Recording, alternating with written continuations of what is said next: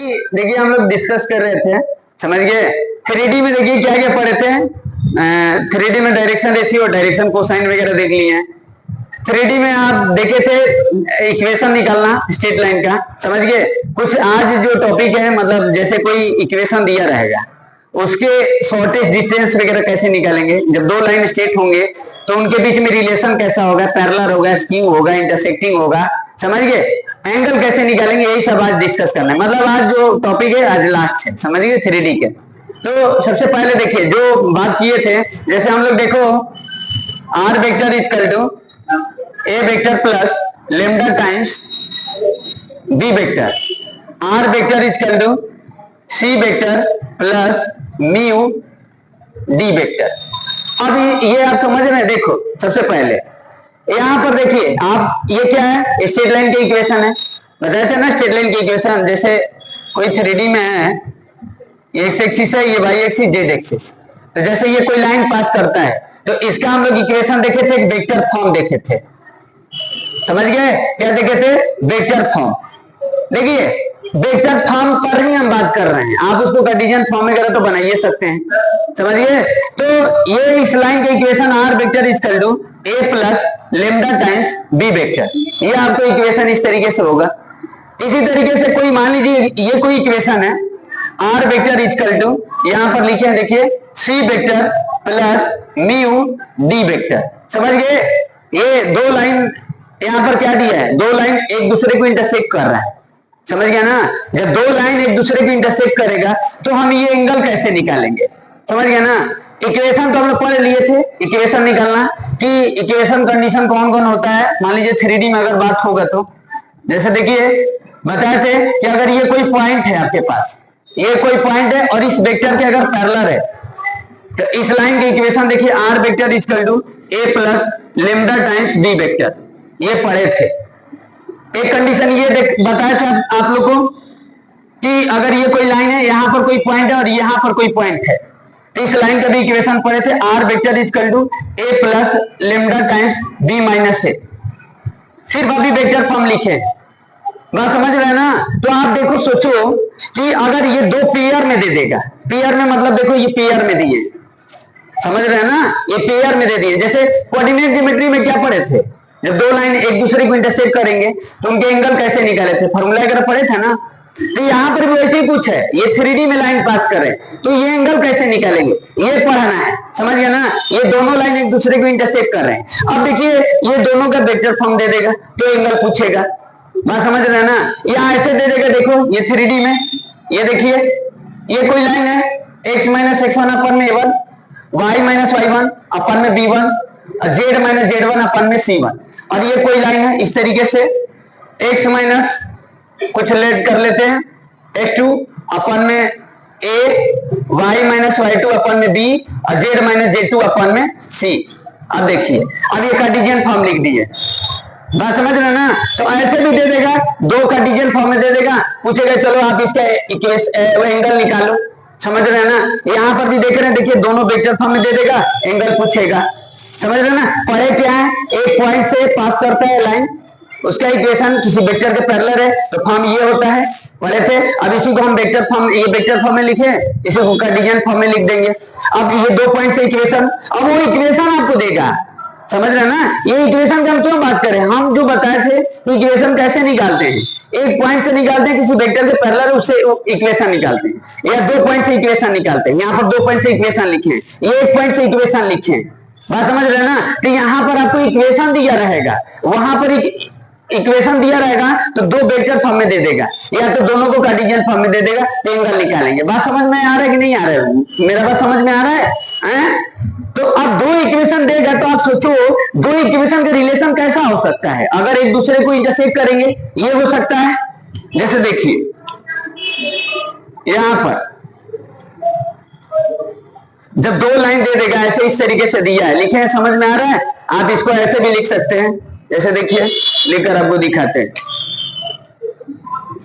पहले देखिए क्वेश्चन कैसे पूछेगा और क्वेश्चन कैसे राइज होगा, हम उसको कैसे सॉल्व करेंगे, कंडीशन क्या क्या दे सकता है। प्रूव करना बड़ी बात थोड़ा है, फॉर्मूला को प्रूव कर दिए, लगा लिए, उससे नहीं मतलब। आप कितना में घूम रहे हैं, क्वेश्चन को कैसे घुमाएगा, ये आपको डेवलप करना है। पहले उसके राउंड देखिए, उसके कैसे क्वेश्चन करेगा, समझ रहे कि नहीं। तो देखिए आपको ये इक्वेशन रहेगा और ये इक्वेशन रहेगा, समझ गए ना। अब ये 3D में है, समझ गए ना। तो ये इसका इक्वेशन क्या हो सकता है, वेक्टर फॉर्म, वेक्टर फॉर्म, और ये भी वेक्टर फॉर्म, समझ रहे ना। इसका आप इक्वेशन, ये एंगल निकालिए, समझ रहे ना। तो दो लाइन एक दूसरे को इंटरसेक्ट कर रहा है, तो पहले ये प्रॉब्लम होगा कि सर कैसे पता करेंगे कि दोनों इंटरसेक्ट कर रहा है, वो तो एंगल तो पूछ देगा। तो ऐसा भी तो हो सकता है दोनों लाइन पैरेलल हो सकते हैं, तो एंगल पूछ सकता है, समझ गया ना। बात समझ में आ रहा है कि नहीं। या तो देखो ये लाइन है और ये लाइन है, ये लाइन है। अब ये देखिए, अब ये क्या है, देखिए ये पैरेलल लाइन है, ये पैरेलल लाइन है, ये इंटरसेक्टिंग है, ये इंटरसेक्टिंग है, और ये क्या है, ये इंटरसेक्टिंग लाइन है, और ये स्क्यू लाइन है, स्क्यू लाइन से, समझ गए। और अब समझ रहे हैं कि नहीं मेरा बच्चा, हम क्या बोल रहे हैं। अब देखिए दोनों का वेक्टर फॉर्म दे देगा, तो क्या जरूरी है वेक्टर फॉर्म देगा, आप सोचो इसका कार्टेशियन फॉर्म दे देगा, कार्टेशियन फॉर्म, अभी ये भी कार्टेशियन फॉर्म, ठीक। और एंगल पूछेगा, समझ गया ना, एंगल पूछेगा। फिर यहां पर भी देखिए इसका भी वेक्टर फॉर्म दे देगा, ये भी वेक्टर फॉर्म पूछेगा, एंगल। अब यहां पर थीटा तो 0 है ना, यहां तो एंगल निकालने की जरूरत है, फॉर्मूला लगाने की जरूरत नहीं है, एंगल तो आप ऐसे ही निकाल लेंगे। तो आपको पहले ये चेक करना पड़ेगा ना कि दोनों कैसे पैरेलल है। वेक्टर फॉर्म में दिया रहेगा तो कैसे चेक करेंगे, दोनों इक्वेशन, दो वेक्टर फॉर्म में दिया रहेगा, पेयर में इक्वेशन दिया रहेगा, तो इसको कैसे समझेंगे दोनों पैरेलल है, समझ रहे ना। जब आप उसको चेक कर लेंगे कि पैरेलल है, तो एंगल तो ऑलरेडी बता देंगे थीटा 0, बात समझिए ना। यहाँ पर थीटा कुछ और होगा, मतलब 0 तो नहीं होगा, 0 डिग्री तो होगा नहीं, यहाँ तो थीटा 0 होगा। तो सवाल आपके दिमाग में ये उठता होगा ना कि सर कैसे चेक करेंगे कि दोनों इक्वेशन एक दूसरे को इंटरसेक्ट कर रहा है। जैसे कोऑर्डिनेट ज्योमेट्री में पढ़ते थे, कोऑर्डिनेट ज्योमेट्री में क्या पढ़ते थे, कोऑर्डिनेट ज्योमेट्री में दोनों को स्लोप देख लेते थे, इस लाइन का स्लोप और इस लाइन का स्लोप निकाल लेते थे, तो देख लेते थे तो पता चल जाता कि दोनों पैरेलल है, तो थीटा बता देते थे। ये फार्मूला नहीं लगाते थे, tan theta equal to m1 - m2 upon 1 + m1 * m2, ये नहीं लगाते थे, क्योंकि इसका स्लोप निकालिए, इसका स्लोप निकालिए, इक्वल है, तो थीटा ऑलरेडी बता दिए कि 0 होगा। तो यहां पर तो ये तो नहीं लगाएंगे, या यहां पर स्लोप हम नहीं निकालेंगे, यहां पर भी स्लोप नहीं निकालेंगे, बात समझ में आ रहा है। तो ये है। तो अब देखिए अब ये कहां से आ गया, ये कहां से आ गया, ये कैसे पॉसिबल है। देखो हम लोग तो लाइन पढ़े थे कि दो लाइन या तो पैरेलल हो सकते हैं, या तो इंटरसेक्टिंग हो सकते हैं, या तो कोइंसिडेंट हो सकते हैं। बचपन से हम लोग क्लास 10 वगैरह में ऐसे देखे थे कि दो लाइन अगर होंगे, दोनों के बीच में रिलेशन होगा, तो कुछ पैरेलल होंगे, या तो इंटरसेक्टिंग होगा, या तो कोइंसिडेंट होगा। तो कहें सर ये क्या है, तो देखो ये इसका मतलब है ना, इसका मतलब कि नाइदर पैरेलल और नॉर इंटरसेक्टिंग। ये 3D में बात है, ये प्लेन पर नहीं लाइन ऐसे खींच सकते, ये 3D में ऐसा होता है। अब आप इमेजिन करिए, समझ गया ना, आप इमेजिन करिए कि इस कॉर्नर से लेकर इस कॉर्नर से एक लाइन जोड़ दे, नीचे फर्श पर बात करिए, फर्श पर एक लाइन खींच दीजिए, फर्श पर समझ रहे हैं, डायगोनल आप समझ रहे हैं कि नहीं, इस रेक्टेंगल का खींच दो और एक इसको जोड़ दो उससे, समझ रहे हैं ना, ऊपर वाले से जोड़ दो। तो अब बताइए क्या पैरेलल होगा, नहीं, ये पैरेलल नहीं है, नहीं इंटरसेक्टिंग है। डायरेक्शन देखिए, एक डायरेक्शन में जब दो लाइन पास करते हैं ना तो पैरेलल होते हैं, एक डायरेक्शन में दो लाइन पास करते हैं ना तो क्या होते हैं, पैरेलल होते हैं, बात समझ रहे हैं। अब देखो ऐसे ऐसे देख रहे हैं कि नहीं, ये लाइन ऐसे जा रहा है और ये लाइन ऐसे जा रहा है, इंटरसेक्टिंग नहीं कर रहा है, तो ये तो स्क्यू लाइन हो गया। स्क्यू का मतलब हो गया नहीं पैरेलल नहीं इंटरसेक्टिंग। तो इसके बीच में तो एंगल का बातें नहीं करेगा, इसके बीच में एंगल का बात नहीं करेगा, समझ रहे हैं ना। तो कैसे पहचानेंगे कि कौन सी स्क्यू लाइन है, कौन सा इंटरसेक्टिंग है, कौन सा पैरेलल है, तब एंगल डिसाइड करेंगे, बात समझ रहे हैं। अब देखिए, अब ये तो एंगल वाला बात हो गया, बात समझ रहे हैं कि नहीं, ये आपको टॉपिक बताया है कि ऐसे करना है। अब देखिए, तो इस इक्वेशन का वेक्टर फॉर्म रहेगा, इसका वेक्टर फॉर्म। अब आप सोचिए कि इक्वेशन का फॉर्म कौन कौन होता है, कार्टेशियन फॉर्म होता है, वेक्टर फॉर्म होता है। तो अब देखो कार्टेशियन के लिए भी एंगल का फॉर्मूला याद रखना पड़ेगा और वेक्टर के लिए भी एंगल निकालने का फॉर्मूला याद रखना पड़ेगा। तो दो यहां से फॉर्मूला हो गया, समझ गए, बात समझ रहे हैं, दो यहां से भी हो जाएगा, तो बहुत समस्या हो जाएगा ना। तो इसका कैसे ट्रीट करेंगे हम लोग, किस तरीके से इसका निदान पाएंगे? तो इसका देखिए, इसके लिए क्या करना है, ये तो बात समझ गए कि दो लाइन अगर होगा तो एक दूसरे के इंटरसेक्ट करेगा, तो इंटरसेक्ट करेगा तभी एंगल पूछेगा। जब एंगल का बात किया ना, जब दो लाइन दे देगा तो एंगल पूछेगा कि दो लाइन के बीच में आप एंगल निकाल लो, समझ गए, तो वो इंटरसेक्ट ही करेगा। पैरेलल का बातें नहीं है, लेकिन आपका अंडरस्टैंडिंग होना चाहिए ना। तो दोनों लाइन सब क्या है, पैरेलल है कि इंटरसेक्टिंग है? बात समझ रहे कि नहीं? आप देखिए, ये हो गया एंगल वगैरह का, बात समझ गए। अभी एग्जांपल वगैरह रखेंगे, आप समझ जाएंगे। हम आपका डाइवर्सिटी बताए हैं कि ऐसे है। आप देखिए इसी में, अब इसी में आ जाएगा शॉर्टेज डिस्टेंस। क्या आ जाएगा? Shortage distance. समझ रहे ना? ये लास्ट है। या तो दो लाइन दे देगा, एंगल पूछेगा, समझ गए, और वो दो लाइन दे दे, वेक्टर दे दे, कार्टेशियन दे दे। वो आप जानते हैं कि लाइन का दो फॉर्म होता है, एक वेक्टर होता है, कार्टेशियन होता है, समझ गए। अब वो दोनों के लिए फॉर्मूला पे याद रखिए, नहीं याद रखिए वो आपके ऊपर डिपेंड करता है, समझिए। हम दोनों के लिए फॉर्मूला याद नहीं रखेंगे, हम कुछ ना कुछ तरीके से हम उसको निकाल लेंगे। कितना हम फॉर्मूला याद करेंगे, समझ रहे ना? हाँ, ये दोनों वेक्टर दे देगा, दोनों वेक्टर फॉर्म है, या तो दोनों कार्टेशियन है, पूछ देगा एंगल। एंगल ऐसे पूछेगा तो इंटरसेक्टिंग ही देगा, लेकिन हम एक अपना अंडरस्टैंडिंग बता रहे कि आपको लाइन को देखकर पता होना चाहिए ना किस टाइप का लाइन है, पैरेलल है कि इंटरसेक्टिंग है, कि स्क्यू है।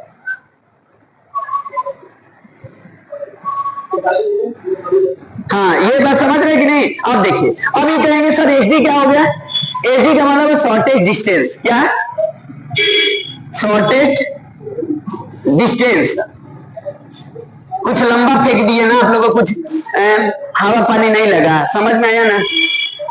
शॉर्टेज डिस्टेंस का मतलब हुआ, हेलो देखिए जगजीत बाबू, थोड़ा सा मुंह धोकर आइए। हाँ, अरे sleeping in this classroom but you answer me sir. आइए, जब जब जब वो है, चलो देखो, तो ये देखिए, जब आप लोग लड़के हो,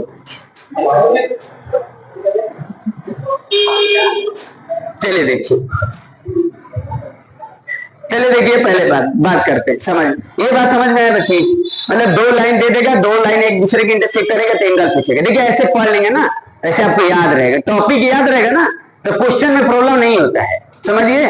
टॉपिक मजबूत करिए, पढ़ाना का है, हेडिंग तक आपके याद हो जाए। तैयारी का मतलब ये है, तैयारी का मतलब क्या है, हेडिंग तक याद है। हम क्वेश्चन पर फोकस नहीं करते हैं, नहीं अभी वो हम पढ़ाते हैं ना, तो हम क्वेश्चन बच्चों को कोशिश कर देंगे ना बताए, सही बता रहे हैं आप। क्वेश्चन कहां से बनेगा उसको कोशिश करिए, समझने की कोशिश करिए। कोचिंग किस लिए पढ़ते हैं? कोचिंग क्वेश्चन लगाने की। कोचिंग तो आपको गूगल नेट फेट फुल मिल ही जाएगा, तो सोल्यूशन पढ़ाना है तो पढ़ ही लेंगे, समझिए। आपको दिमाग में याद हो जाए, टाइम नहीं है ना हम लोग के पास रिवीजन वगैरह करने के लिए। चलिए देखिए हाँ, तो देखिए ये जगजीत समझ गए, एक्सीलेंट लड़का। ये देखिए, ये वेक्टर फॉर्म, ये भी वेक्टर फॉर्म, इसका एंगल निकालना है। जब तक याद ना हो जाए तब तक बोलते रहेंगे, इसीलिए बोल रहे हैं, समझ गए, फिर डाउट ना हो। देखिए दो लाइन ये दे देगा, पैरेलल दे देगा, एंगल पूछ देगा। पैरेलल लिख थोड़ा देगा, वो बताओ पैरेलल लिख देगा तो फिर फायदा क्या उसको पूछने का? आप चेक करो कि लाइन पैरेलल है कि क्या है, हम पहचानवा देंगे, दे रहे हैं ना। अभी एग्जांपल रख रहे हैं, आप समझ जाएंगे कौन इंटरसेक्टिंग है कौन पैरेलल। एसक्यू में एंगल का बातें नहीं करेगा, वो तो पैरेलल ही नहीं है, तो जीरो तो हो गई नहीं, और इंटरसेक्टिंग भी नहीं है, कुछ एंगल तो बनेगा ही नहीं। तो यहाँ पर आपको इसकी कोई कंडीशन नहीं है चेक करने का, समझ रहे ना? सिर्फ पैरेलल और इंटरसेक्टिंग के लिए कंडीशन है, समझिए। हाँ, अब कहेंगे सर एचडी क्या बात कर रहे थे, शॉर्टेज डिस्टेंस का। अब देखो दो लाइन एक दूसरे के इंटरसेक्ट करेगा, तो उसके बीच में शॉर्टेज डिस्टेंस कहां से होगा? शॉर्टेज डिस्टेंस होता क्या है? शॉर्टेज डिस्टेंस का मतलब है कि परपेंडिकुलर लाइन, परपेंडिकुलर लेंथ। क्या? Perpendicular length. जैसे देखो ये लाइन है, ये लाइन है, एक दूसरे के पैरेलल है, इसके बीच में शॉर्टेज डिस्टेंस होगा, समझ गए? ये भी निकालना है, यानी इसका इक्वेशन दे देगा, इसका इक्वेशन दे देगा। चलो आप ये डिस्टेंस बताओ, मिनिमम डिस्टेंस बताओ, शॉर्टेज डिस्टेंस बताओ। ये दोनों पैरेलल दे देगा, वो लिख देगा, आपका आंसर लिख देगा। नहीं लिखेगा, समझ गए? नहीं लिखेगा तो वो नहीं कर लेंगे, लिखेगा नहीं, दो इक्वेशन दे देगा। क्यों लिखेगा? किस लिए पढ़ रहे हैं? ये दो इक्वेशन दे देगा, हम दोनों को चेक करके समझ जाएंगे शॉर्टेज डिस्टेंस कैसे निकालना है। बात समझ में आ रहा है? ये इसका वेक्टर फॉर्म, इसका वेक्टर, इसका कार्टेशियन, इसका कार्टेशियन, शॉर्टेज डिस्टेंस पूछेगा, समझ गए? या तो ऐसे होगा, या तो देखिए अब ऐसे तो होगा ना, अब इसमें इंटरसेक्टिंग नहीं चेक करना है, इसमें आपको इंटरसेक्टिंग नहीं चेक करना है। कहेंगे सर इस एंगल वाले के लिए पैरेलल के लिए चेक करना है, इंटरसेक्टिंग के लिए करना है, स्क्यू के लिए नहीं चेक करना है, शॉर्टेज डिस्टेंस के लिए पैरेलल के लिए चेक करना है। पैरेलल के लिए लेडीज में चेक कर लेंगे, समझ गए, पैरेलल के लिए चेक कर लेंगे ना, तो यहाँ पे तो समझेंगे कि पैरेलल है कि नहीं है, तो इनके बीच का शॉर्टेज डिस्टेंस का बात करेगा। इंटरसेक्टिंग के लिए आप सोचो दो line, two line intersect each other at any point, मान लो इंटरसेक्ट कर रहे हैं कहीं पर, तो उसका शॉर्टेज डिस्टेंस कहाँ होगा, होगा नहीं ना, शॉर्टेज डिस्टेंस इनमें 0 यूनिट होगा, डिस्टेंस नहीं होगा। हाँ, अब ये ऐसे हो सकता है, दो लाइन एक दूसरे को इंटरसेक्ट भी नहीं करते, पैरेलल भी नहीं करते हैं, मतलब नाइदर पैरेलल नॉर इंटरसेक्टिंग, और इसके बीच में शॉर्टेज डिस्टेंस, समझ रहे हैं, आए बात समझ में, नहीं समझ में आए, चल जाते हैं, देखिए कुछ मतलब यही आपका होल टॉपिक है, इतना बात कर दिए, समझिए ना, समझ में आया, लिखे नहीं है, लिख देंगे तो समझ ही जाएंगे, समझाने की कोशिश करें आप समझिए, लिख कर फायदा क्या है, दिमाग में लिमिटेशन मत रखिए, दिमाग लिमिटेशन के लिए छोड़ना है, आप कौन सी सीख सकते हैं, सुन सकते हैं, लिमिटेशन कर देंगे, इतना ही पढ़ना है बस, बियॉन्ड उसके सोचेंगे नहीं, बियॉन्ड नहीं सोचेंगे तो कैसे पढ़ पाएंगे, मजबूते नहीं रहेंगे। लिमिटेशन मत करिए, एक बाल्टी में पानी मत भरो, समझ गया ना, तो इसमें जंग लग जाएगा ना, पानी भरिए क्या दिक्कत है, जंग लग जाएगा, सुनते रहिए, समझ रहे कि नहीं, नया बाल्टी लेकर खरीद कर रख दो और उसमें कुछ मत रखो, ऐसे ही रखे रहो, देखो एक दिन जंग लग जाएगा। सुनिए, दिमाग इसलिए, दिमाग का था आप पता नहीं लगा सकते, बहुत ब्रॉड है, शरीरों से बड़ा है, समझ रहे ना, तभी तो हर जगह रेफर करता है। चलिए देखिए, समझ रहे कि नहीं, आप बात समझ में आ रहा है, हाँ देखो ये लाइन एक दूसरे के इंटरसेक्ट करेगा, एंगल निकालना है, समझ गए, ये लाइन पैरेलल है, शॉर्टेज डिस्टेंस निकालना है। चलिए ये लाइन इंटरसेक्टिंग है, इसमें कोई डिस्टेंस वगैरह का बात नहीं हुआ, हाँ एंगल का बात होगा, समझ गए, हाँ ये line neither parallel not intersecting means skew line means देखो स्क्यू 3D में होता है, प्लेन में नहीं होता है, समझ रहे ना, प्लेन में नहीं होता है, ये इंटरसेक्टिंग नहीं करता, आपको इसको इमेजिन करना है, इसका शॉर्टेज डिस्टेंस पूछेगा, हर साल एग्जाम में आता है क्वेश्चन, स्क्यू लाइन दे देगा, देख बोलेगा नहीं स्क्यू लाइन है ये, तो फिर बताने का क्या मतलब है जी, डायरेक्ट हम कर देते स्क्यू लाइन है, एक फार्मूला लगा देते, क्वेश्चन सॉल्व कर देते, आपको यही सब तो है कि स्क्यू लाइन होगा तो कैसे डिस्टेंस निकालेंगे, स्क्यू लाइन में एंगल का बात नहीं करेगा, पैरेलल भी नहीं देगा, इंटरसेक्टिंग दे देगा, एंगल निकालने के लिए बोल देगा, बात समझ में आया, समझाते, चलिए देखो ये बात समझ में आया, हेलो हीरो तो समझ में आया, नहीं आया ना, चलिए कुछ ज्यादा बोल दिए ना जी जगजीत, समझ में आ गया ना, चलिए ठीक, गुड।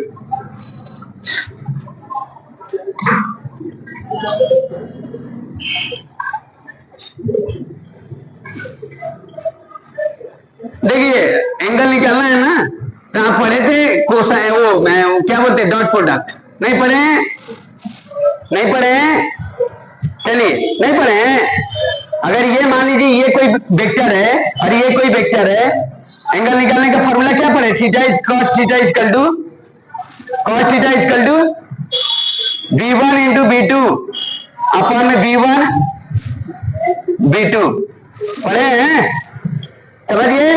अब आप सोचो r equal to a1 plus lambda times b1 vector, r equal to a2 plus mu b2, देखो लिखे, समझ में आया, समझ में ना, एंगल निकालने का फॉर्मूला है, तो अब b1 और b2 आपको समझ में आ रहा है, b1 और b2 क्या है, b1 और b2 क्या है बताइए, इस लाइन में बताया था आपको कि अगर इसका वेक्टर फॉर्म निकालना है, r vector equal to a1 plus lambda times b1 है, तो इसमें b1 क्या है, b1 का मतलब ये वेक्टर है, इस वेक्टर के पैरेलल जा रहा है, और कोई लाइन ये है बच्ची, कोई लाइन ये है, जैसे मान लीजिए ये कोई लाइन है, ठीक, ये कोई लाइन है, तो r vector equal to a2 plus mu b2, ये कोई दूसरी लाइन है, स्ट्रेट लाइन है, समझ गए, तो b1 इस वेक्टर के पैरेलल है और b2 इस वेक्टर के पैरेलल है, समझ रहे ना, तो ये क्या है, b1 b2 क्या है,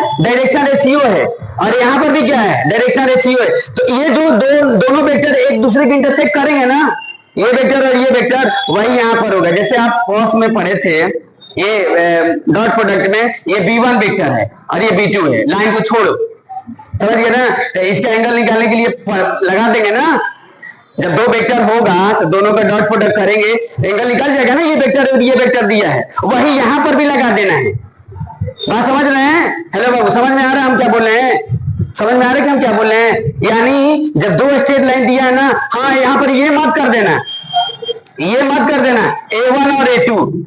A1 और A2 क्या है? A1 और A2 तो लाइन से जो A1 इसमें क्या था बताइए? A1 क्या था?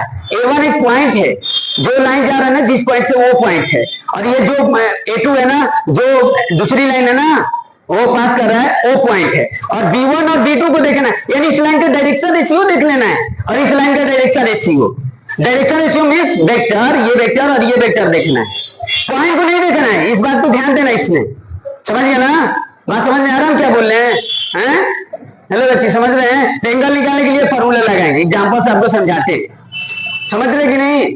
जैसे आपको पढ़े हैं वेक्टर में कि जब दो वेक्टर है तो एंगल निकालने के लिए फॉर्मूला हम लोग लगाते हैं, cos theta equal to b1 into b2 a into b dot a का मॉडुलस b का मॉडुलस, कुछ भी मान लो से क्या मतलब। हाँ, इस बात को ध्यान देना है। तो हम इस लाइन का डायरेक्शन रेशियो, इस लाइन का डायरेक्शन रेशियो ले लेते हैं, यानी इस लाइन का वेक्टर जिस वेक्टर के पैरेलल जा रहा है वो, और इस वेक्टर के पैरेलल जा रहा है ये दोनों, जब दोनों वेक्टर इंटरसेक्ट करेंगे वहां से हम एंगल निकालते हैं। ये वेक्टर है और ये वेक्टर है, ये अब ये दोनों इंटरसेक्ट करेंगे ना तो उसका यूज करेंगे ना, कि ये लाइन जिस पॉइंट से जा रहा है ये पॉइंट जा रहा है, वो यूज नहीं करते।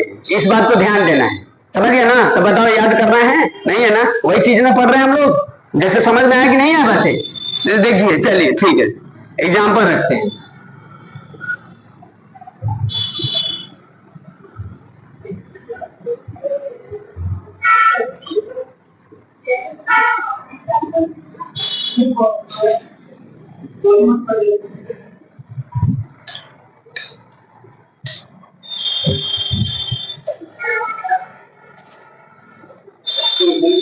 देखिए बच्चे, हेलो, देखिए, पता नहीं आप लोगों को समझ में आया कि नहीं? कुल कहा था, कुल बता दी, झूठे बड़ी, कुल पढ़ाई लिखाई बेकार है ना,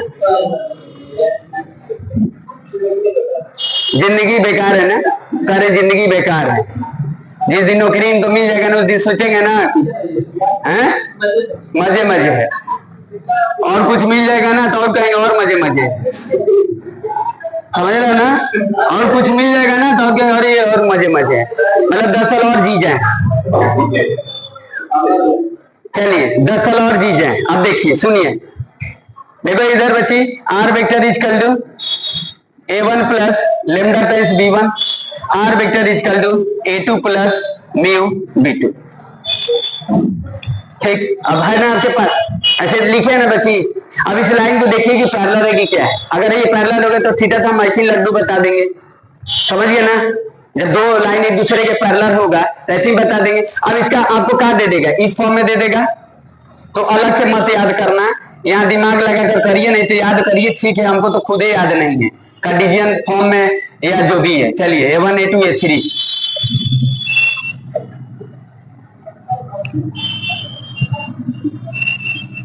देखिए बार बार नहीं लिखेंगे, आप थोड़ा सा समझना, ठीक? आपके सामने पेयर लिख दिया, कार्टेशियन फॉर्म में भी और वेक्टर फॉर्म में भी लिखती है।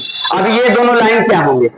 ऐसे होंगे कि ऐसे होंगे, मतलब ऐसे कि ऐसे होंगे, इन होंगे, समझ गए? तो ये इसका तो बातें गोली इसको मार दीजिए, इसको तो कुछ करना ही नहीं है। इंटरसेक्टिंग वो पैरेलल वो स्क्यू का तो बातें नहीं होगा, जब भी एंगल का बात करेगा ना स्क्यू नहीं देगा, समझ गया ना? और स्क्यू के लिए कंडीशन आपको चेक करने की जरूरत है नहीं, समझ गया ना? सिर्फ या तो हम पैरेलल देख लें, अगर पैरेलल वाला बात देख लेते, अगर पैरेलल नहीं होता है तो सिंपल इंटरसेक्टिंग ही होगा, या इंटरसेक्टिंग के लिए कंडीशन आपको नहीं देखना है, पैरेलल के लिए कंडीशन देख लेना। अगर पैरेलल है तो इंटरसेक्टिंग नहीं होगा, अगर पैरेलल नहीं होता इंटरसेक्टिंग होगा, यही ना होगा।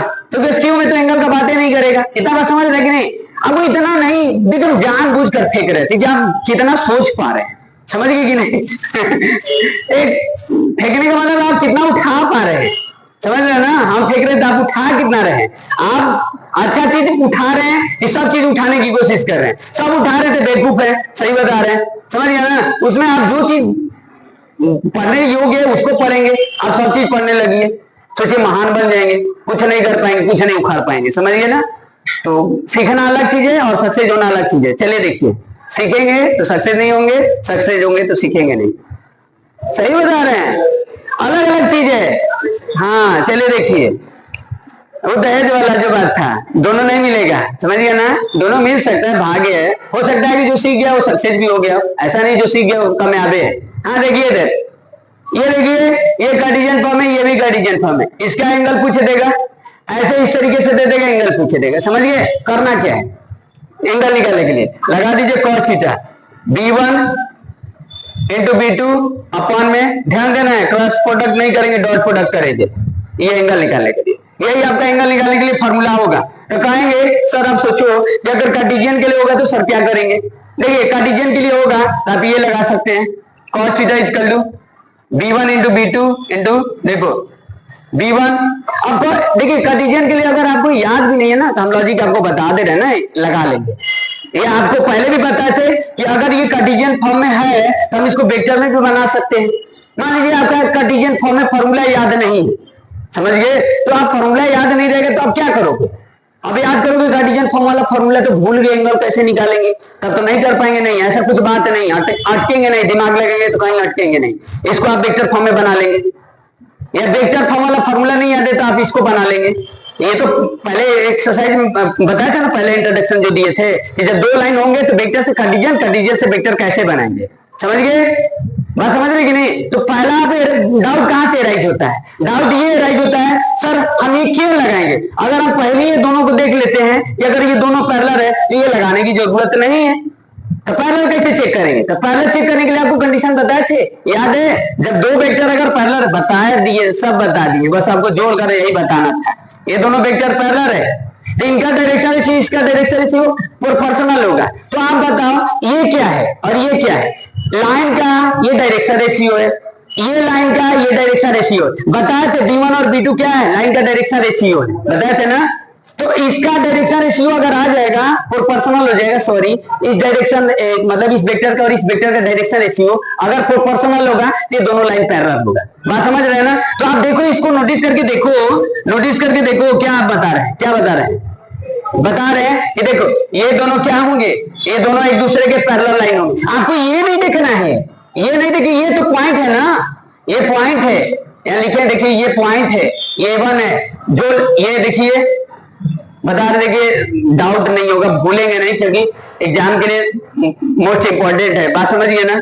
हाँ, यहाँ कंफ्यूजन लोगों को होने लगता है, कंफ्यूजन होने का क्या रीजन, कार्टेशियन वेक्टर को घुसा देंगे एक ही में, वो लटक जाते हैं, नहीं, आपसे इसमें आपको साफ रहना है, समझ गए कि नहीं। साफ मतलब है कि आप वेक्टर में याद रखते हैं, ठीक है, कार्टेशियन नहीं याद रखेंगे तो टंच रहेंगे, समझ गए ना। कुल क्या करते हैं, वेक्टर वाले याद कर लेंगे, कार्टेशियन वाले याद कर लेंगे, लॉजिक फॉजिक नहीं जानेंगे, इक्वेशन कैसे निकालते हैं, एंगल कब होगा, किस कंडीशन में होगा, पैरेलल होगा, स्क्यू होगा, इंटरसेक्टिंग, कुल घुसा देगा, कुल सस्पेंस में पड़ जाएंगे, समझिए, कुल खत्म, कैलकुलस पढ़ लेंगे तो वेक्टर खत्म, समझिए, याद ही नहीं रहेगा। 45 नंबर को उधर कैलकुलस क्यों वेक्टर पढ़ेंगे, समझिए, उधर ध्यान देंगे, वेक्टर खत्म, कहानी खत्म, समझिए।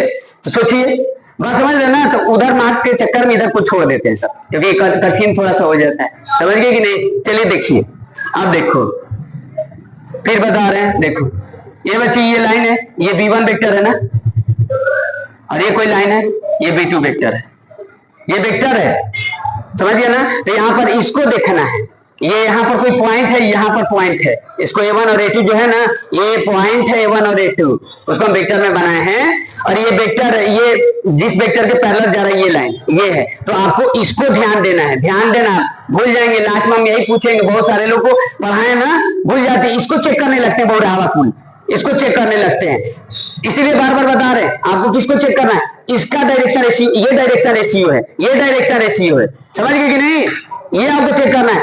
बाद में क्या करेंगी, आप यही चेक करने लगेंगी, आप ही चेक करेंगी, सारे लोग चेक करेंगे। चलिए ठीक है, आया बात समझ में, क्या करेंगे तो देखिए,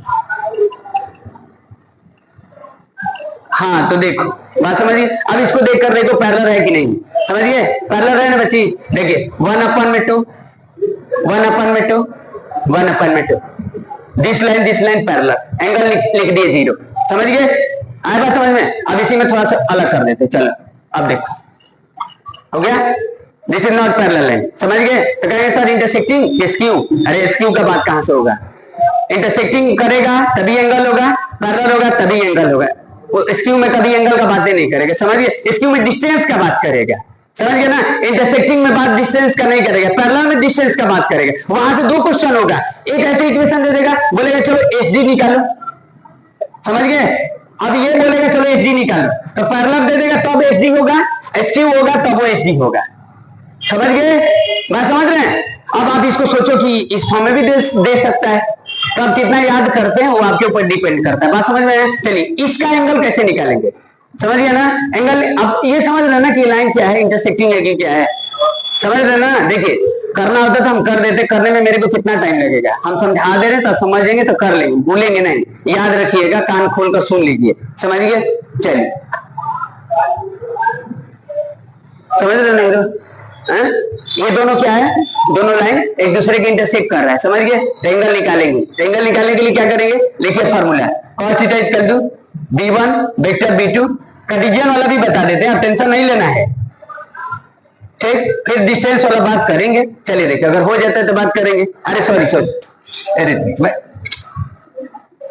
चलिए ठीक है, गलती से लिख दिए थे। चलिए अब ठीक है ना। हाँ अब देखिए, अब आप इसको कार्टेशियन वाला भी समझो, फॉर्म ए बगल में लेकर।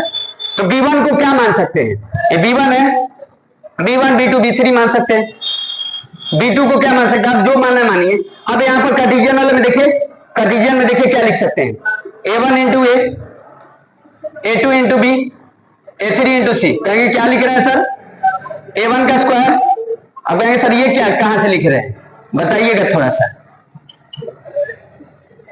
ये हो गया फॉर्मूला। कहेंगे ये सर कैसे लिख दिए, ये कैसे लिख दिए, देख रहे कैसे लिख दिए, वही चीज है। आप सोचो b1 को हम क्या मान लिए, a1, देखो b1 को क्या माने हैं, अगर इसके हिसाब से देखें, यहां पर देखिए b1 है, b1 यानी ये, समझिए, तो ये होगा, तो ये आपका वेक्टर होगा और ये वेक्टर होगा a b c। तो आप ऐसे अगर लिखते हैं, देखिए लिख रहे हैं a1 i कैप, चलिए a2 j cap, a3 k cap, ठीक। बुक में फॉर्मूला दिया, अगर याद कर लेंगे तो अच्छा बात है, समझिए। हम बुक के हिसाब से नहीं लिख रहे, हम समझाने की कोशिश कर रहे हैं। चलिए इसका मॉडुलस निकालिए। अब तरीके कहां लिख दिया गलती जी, चलो तो क्या बताइए, याद करना पड़ रहा है आपको, कहां याद करना पड़ रहा है। a1 a2 a3 वेक्टर में बना लिए, इसका a b c वेक्टर में बना लिए, ये b1 वेक्टर है, ये b1 वेक्टर है, हेलो, ये b1 वेक्टर है, हो गया बाबू। और ये क्या है, ये आपका b2 वेक्टर है, समझ गए। इसका मॉडुलस निकालिए, इसका मॉडुलस निकाल दीजिए। हेलो बच्चे समझ में आ रहा है। तो आप ये लगा सकते हैं, ये लगा सकते हैं। अब इसके लिए बताइए अलग से याद करना पड़ेगा, ये भी नहीं याद करना है, ये भी याद नहीं करना है, तो याद करेंगे, याद क्यों करेंगे, इतना देर से बता क्यों नहीं, याद कराने के लिए बता रहे हैं, मुंह में तो रहता है रट ही लेंगे। तो आप जानते ही हैं, ऐसे याद रखेंगे, b1 है सर, ये b2 है, एंगल निकालने के लिए डॉट वाला रख देंगे, b1 और b2। बात समझ में नहीं कि लाइन का सर डायरेक्शन रेशियो है, इस लाइन का डायरेक्शन रेशियो है, ये वेक्टर है, वो समझ रहे हैं ना। ये लगा देंगे। अभी b1 को आप क्या मानते हैं, b1 को ये, यानी ये b1 हो गया, डायरेक्शन रेशियो हो गया लाइन का, और यहाँ पर भी देखिए डायरेक्शन रेशियो हो गया, समझ गए। तो ये कार्टेशियन फॉर्म हो गया। अब ये कार्टेशियन फॉर्म ये नहीं है, कार्टेशियन फॉर्म यहाँ लिखे, यहाँ वेक्टर को लिख कर समझाएं ये फॉर्मूला कैसे लिख दीजिए। बात समझ में आ रहा है, बात समझ में आ रहा है। तो दोनों से एक एग्जाम्पल कर देते हैं, समझ जाएंगे। बात समझ में आया, समझ में कि नहीं। अब ऐसे ही सोचो, शॉर्टेज डिस्टेंस में भी होगा, डिस्टेंस होगा तो आप सोचो वेक्टर में दे देगा तो शॉर्टेज डिस्टेंस, कार्टेशियन में दे देगा तो शॉर्टेज डिस्टेंस, समझ गए। और वो पैरेलल होगा या तो स्क्यू होगा, इंटरसेक्टिंग का तो वहां सवाल नहीं बनेगा, तो पैरेलल चेक कर लेंगे, अगर वो पैरेलल नहीं होगा तो स्क्यू मान जाएंगे, समझ गए ना। क्योंकि इंटरसेक्टिंग नहीं मानेंगे, क्योंकि शॉर्टेज डिस्टेंस बात होगा, तो जब वो पैरेलल नहीं होगा तो स्क्यू ले लेंगे।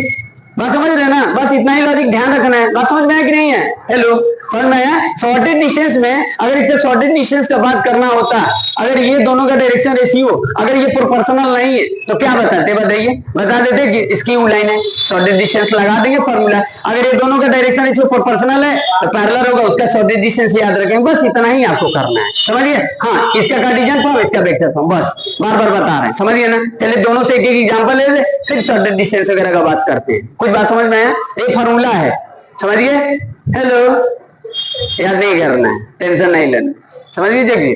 गुड, चलिए देखिए, देखिए टाइम नहीं है ना, हम लोग के पास ज्यादा टाइम नहीं न रहता है। घर पर रिवीजन कितना करेंगे, कितना पढ़ेंगे, समझ गया ना। कहेंगे सर पढ़ लेंगे, रिवीजन वगैरह कर लेंगे, कहाँ रिवीजन कर लेंगे, मोबाइल से फुर्सत है, समझ गया ना, घर से फुर्सत है, तो कहाँ से पढ़ लेंगे। तो क्लास में करने में इतना पढ़ लीजिए कि 70-80% आ जाए, समझ गया ना। क्लास में इतना पढ़कर 70-80% कर ले, समझ गए। 75% आना चाहिए, अगर 75 है तो IIT में पढ़ सकते हैं। चलिए देखिए, ठीक है। अब देखो, हाँ तो देखिए बच्ची, तो समझ गई ना क्या है क्वेश्चन। डाउट अगर आप खत्म हो गया ना, अभी भी डाउट है बताइए। देखो क्वेश्चन ही अब हमको करना है, समझ गए, एंगल वाला। अभी शॉर्टेज डिस्टेंस वाला भी बात कर लेंगे, समझ गए। चलिए देखिए, समझ गए, देखिए चलिए इधर ले लेते हैं, थोड़ा वो लेते हैं, चलिए ये। अब देखिए बच्ची, हाँ एक चीज अब कंडीशन आप मिला लीजिएगा, वो तो भूल ही गए थे। जैसे देखिए ये लाइन है, ये लाइन है, कहेंगे फिर से लाइन पर आ गए, अरे इतना पढ़ लीजिए ना, याद हो जाए, समझिए कि नहीं। मेरा बार बार बातें समझिए, ठीक ना, क्योंकि मेरे को कुछ याद आया तो बता रहे हैं, समझिए। हाँ देखिए, ये B1 वेक्टर है और ये B2 वेक्टर है, एंगल आपको निकालना है। तो देखिए cos theta equal to B1 B2, और यहाँ पर देखिए B1 और B2, ठीक। अब B1 और B2 आपको पता है कि लाइन का डायरेक्शन रेशियो, बार बार बोल रहे हैं, समझिए ना। लाइन दिया रहेगा ना, लाइन का फॉर्म तो अब देख ही लिए, स्ट्रेट लाइन का फॉर्म क्या होता है 3D में। अब देखिए इसके लिए B1 तरीके B1 B2 क्या होगा, इसमें B1 को क्या मान ले, यहाँ पर चलिए B1 को डायरेक्शन रेशियो कुछ मान लेते हैं, A1 I cap, A2 J cap और A3 K कैप, और B2 को मान लेते हैं AI cap plus B J cap और प्लस C K कैप। चलिए ठीक है, अब यहाँ पर वो लिख देते हैं, कार्टेशियन वाला लिख देते हैं, समझिए। तो cos थीटा इक्वल टू क्या लिखेंगे, A1 into A, B1 into B, sorry A2 into B, A3 into C upon में A1 का होल स्क्वायर, अब देखिए A2 का होल स्क्वायर प्लस A3 का होल स्क्वायर, ठीक, अंडर रूट में है, इंटू है बीच में, इसका स्क्वायर लेंगे, A का स्क्वायर B का स्क्वायर प्लस C का स्क्वायर। अब देखिए आप सोचो कि थीटा अगर 90 डिग्री होगा, थीटा अगर 90 डिग्री होगा, थीटा 90 भी तो हो सकता है, दो लाइन इंटरसेक्ट करेंगे 90 डिग्री पर, तो उनके लिए रिलेशन आपको याद रखना है, बात समझिए ना। जैसे हम यहाँ पर लिख रहे हैं, आप सोचो,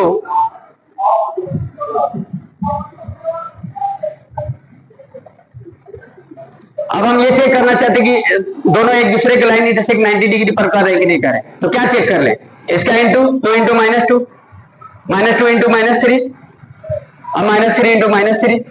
अगर ये 0 आ जाता है, अगर 0 आ जाता है ये 90 डिग्री पर इंटरसेक्ट करेंगे, समझ गए ना। अगर 0 नहीं आएगा तो ये वाला फॉर्मूला लगाएंगे, ये वाला, समझ गए कि नहीं। मतलब 90 डिग्री वाला याद रखिए, A1 into A, A2 into B और A3 into C equal to 0, ये 90 डिग्री के लिए। बात समझ गए कि नहीं। हेलो बच्ची, समझ में आ रहा है कि जब दो लाइन ऐसे दिया रहेगा तो दोनों का डायरेक्शन रेशियो का प्रोडक्ट करके सम कर लेना, अगर 0 आ जाता है तो दोनों एक दूसरे को 90 डिग्री पर बाइसेक्ट करेंगे, समझ गए कि नहीं। हेलो, ये समझ में आया। अरे इसी से ये बना है, जैसे वेक्टर में भी बना रहे थे, A डॉट B 0, भाई तो यहाँ कर रहे हैं A डॉट B, मतलब A कोई वेक्टर है, डायरेक्शन रेशियो किसी लाइन का, B दूसरे लाइन का डायरेक्शन रेशियो, दोनों को डॉट करेंगे तो ये 0 डायरेक्शन रेशियो आप यहाँ पर है, बस यही है, समझ गए कि नहीं। तो यही चीज किया जा रहा है, समझ में आ रहा है। तो अब यहाँ पर अगर ये 0 हो जा रहा है तो ये लाइन क्या होंगे, 90 डिग्री पर बाइसेक्ट करेंगे। अगर नहीं होंगे तो चलो आप एंगल निकाल लो। एंगल निकालने के लिए देखिए ये करेंगे, थोड़ा सा मार्कर चेंज कर लेते हैं, जैसे देखिए ये टाइम हो गई, cos थीटा इक्वल टू क्या करेंगे, देखिए 2 इंटू -2, -2 इंटू -3, -3 इंटू -3 अपॉन में 4 4 9 4 9 9, cos theta equal to -4 plus 6 plus 9 कौन में 17 इंटू ये cos थीटा इक्वल टू ये एंगल हो गया, समझिए। हेलो बच्ची, ये एंगल हो गया, समझिए कि ये नहीं क्या किए हैं, इसका इंटू इसका इंटू इसका इंटू ये कर दिए, ये वाला फॉर्मूला लगाए हैं। जब कार्टेशियन फॉर्म में दिया रहेगा तो